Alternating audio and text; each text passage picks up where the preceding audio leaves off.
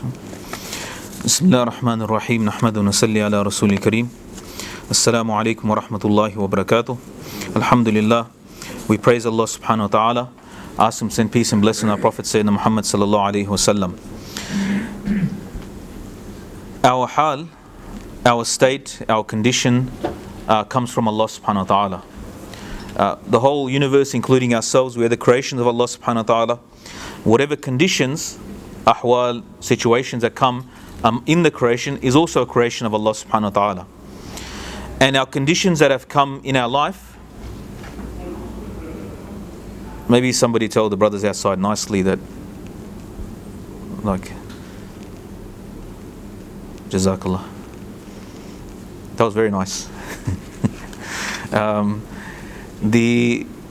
Our conditions that have come, all the conditions that come in our life, they come, and in those conditions we're required to be grateful, to make shukr to Allah subhanahu wa ta'ala. There is no condition that comes in our life where we're not expected to be grateful. So if a person has loss of a loved one, or sickness, or loss of wealth, we're supposed to be grateful. Rasulullah sallallahu alaihi wasallam is the ultimate example of that. Hunger months on end, and in that hunger he's praying in his afala akuna abdan shakura, shall I not be a grateful slave of Allah subhanahu wa ta'ala? Standing in hunger, in difficulties, in war, on war footing, the society of Medina, because every year they're being attacked. And despite that, in all those hardships, his Sahaba being killed, Rasulullah sallallahu alaihi wasallam is a grateful slave of Allah subhanahu wa ta'ala. Grateful is not that when there's merrymaking and and everything is nice, and then we say alhamdulillah, life is good. Gratefulness is to be grateful even in the dip, to understand that my halat, my condition, my ahwal, they are from Allah subhanahu wa ta'ala, and they're the best thing for me. So people want to change their ahwal. See, if we have a problem, we should fix it. If there's issues, we have to deal with it. But we can't forget akhirah, because we've been judged on our gratefulness and ungratefulness.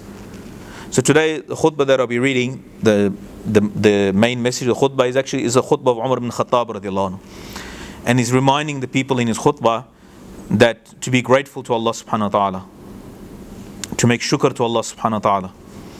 And if you don't, Allah will take the ni'mah.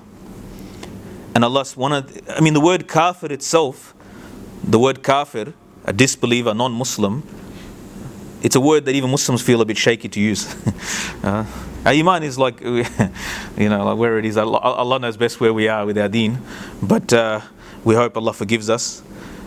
We feel many things of Islam, we become embarrassed. There's even alim sitting, they're making tahrif of the Quran now, the meanings of the Quran. No, this word doesn't mean this, it means this.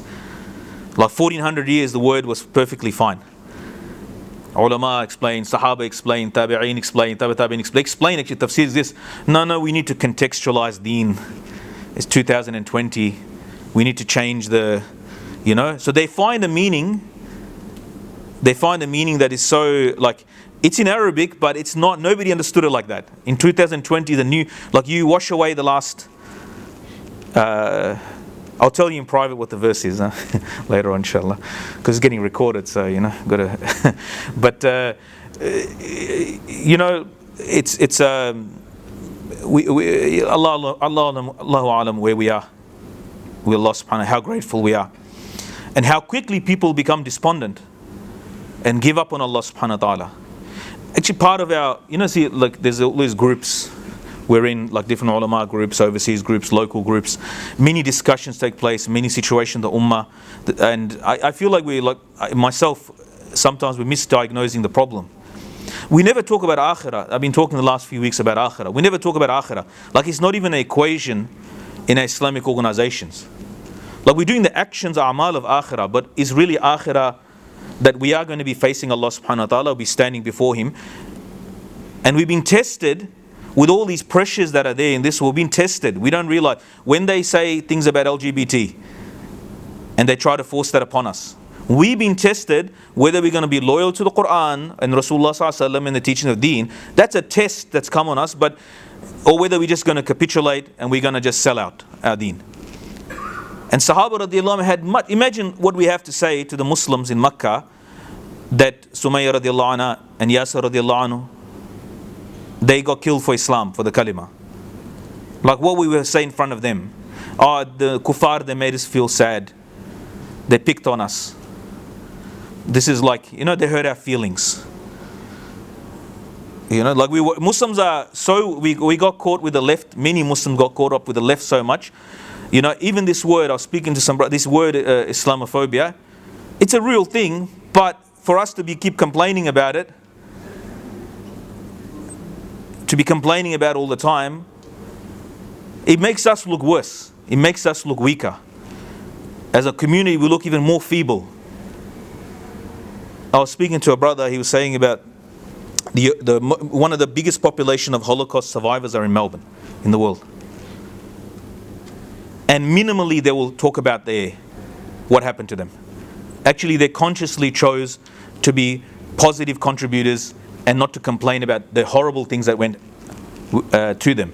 And most of us, nothing has happened to us because we're Muslims. We didn't go through what the Muslims in China are going through. None of us went through that.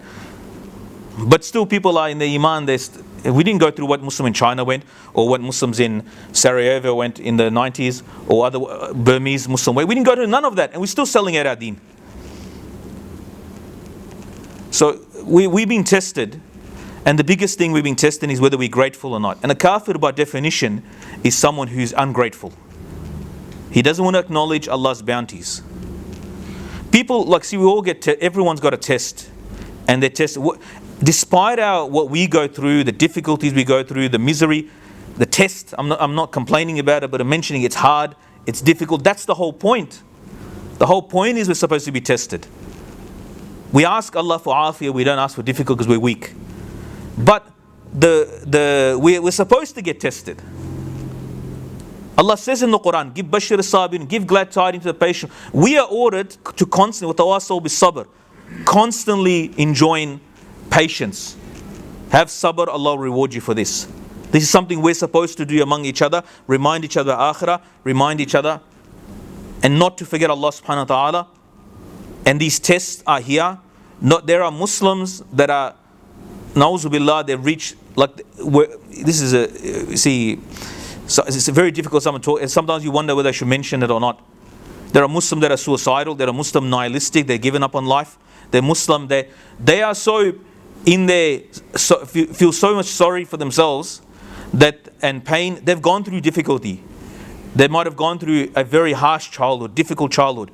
Maybe something happened to them that was so difficult that they can't bear it. So they turn to drugs and alcohol and all these things to deaden the pain. Or they want to deaden the pain permanently by na'uzu billah. And this is the height of ingratitude to Allah. Because what Allah is sending to you, the trials and tests and so forth, and everybody's in tests. Nobody's outside of tests. There's no free rides. Some people's tests are more harder because of their level than others. But they have to understand, I have to understand, you have to understand that Allah is dictating our ahwal, our conditions. Whatever dose that we got, of whatever wealth that we get, not get, whatever fame that we get, not get, whatever respect that we get, not get, whatever, this is decided Allah, it's customized, personalized for you. Like everybody wants tailor made, customized, personalized. Your whole life is customized, personalized by Rabbul Alameen. And He's testing us. And everything that's coming to you, that's what Shaykh Abdul Qadir Jilani rahmullah, a great Imam and Alim and one of the greatest awliya, pious people of his ummah, he said, know where the arrows of affliction are coming from. Of masaib, the arrows of affliction, where they're being shot from. The musibah, the calamities, the difficulties, he tries to know where they're coming from. They're not random events of the universe. Yeah, that'll make you suicidal. I'm just stuck and look at the misery I'm in, feel sorry for myself. No, the condition that you're in, the condition that you and I are in, that is custom made to test us according to our level, not more than that. It will take you almost to breaking point, but not more than that. It will never break you. You'll break yourself if you forget Allah, you forget akhirah, forget the bounties of Allah subhanahu wa ta'ala. I mention this always, Sadi Shirazi rahmullah, great alim, and he said in one of his books, it's taught in madrasas, he said that if a cat had wings, it'll fly to every sparrow's nest and eat up all the eggs. he's giving advice for the poor person. Make shukr you're poor. Make shukr that you're poor, because if your cat had wings, if you had wealth, don't know what you're going to be like. We're complaining about this ruler, he's got an account in Panama, he's hiding away so much money, and this one's this one, and we check their net worth online. He's probably better than you if you had that same amount. We don't know what we're going to be like. As my Ustaz said, there was the big Fir'aun in the Quran's mentioned with Sayyidina Musa alayhi salam, but we're like mini Fir'auns. So we don't know. Our conditions are sent to us by Allah subhanahu wa ta'ala and is best for us. Whatever is sent for us is best for us. Our conditions are the best for us. In that, we're supposed to be grateful. Not to solve the problems, deal with the difficulties of life, and understand that these are coming from Allah subhanahu wa ta'ala, and deal with the challenges of life, and in that try to please Allah subhanahu wa ta'ala. The stories of the Ahlullah and their test, one of the Sayyid al-Musayyib said, we've been tested with huzn. I've been tested, I think Sayyid Hasan Basri as well, I've been tested with grief. We would call it depression, PTSD, whatever, there's so many names for it. He said, I've been tested by Allah with grief, with sadness. So the idea that you'll never be sad your whole life, this is like we're living. This is a delusion created by Hollywood, Bollywood, and romance novels. This is it's not a reality. We're here to be tested. It's not a free ride. We have to prepare ourselves and young people to meet Allah and face akhirah. We don't talk about akhirah. Do this, don't this. Do this. If you don't do this, it's guna, it's a sin. Why? Who is Allah? What is akhirah? What is my accountability before Allah subhanahu wa ta'ala? I'm going to be judged before Allah on the day of judgment. On my expression of gratefulness, of shukr, which is the whole of deen, the practice of the whole of deen, which is the practice. Rasulullah prayed the whole night as an expression of shukr. His feet swelled up. Sallallahu alayhi wa sallam. May Allah subhanahu wa ta'ala make us from His grateful slaves.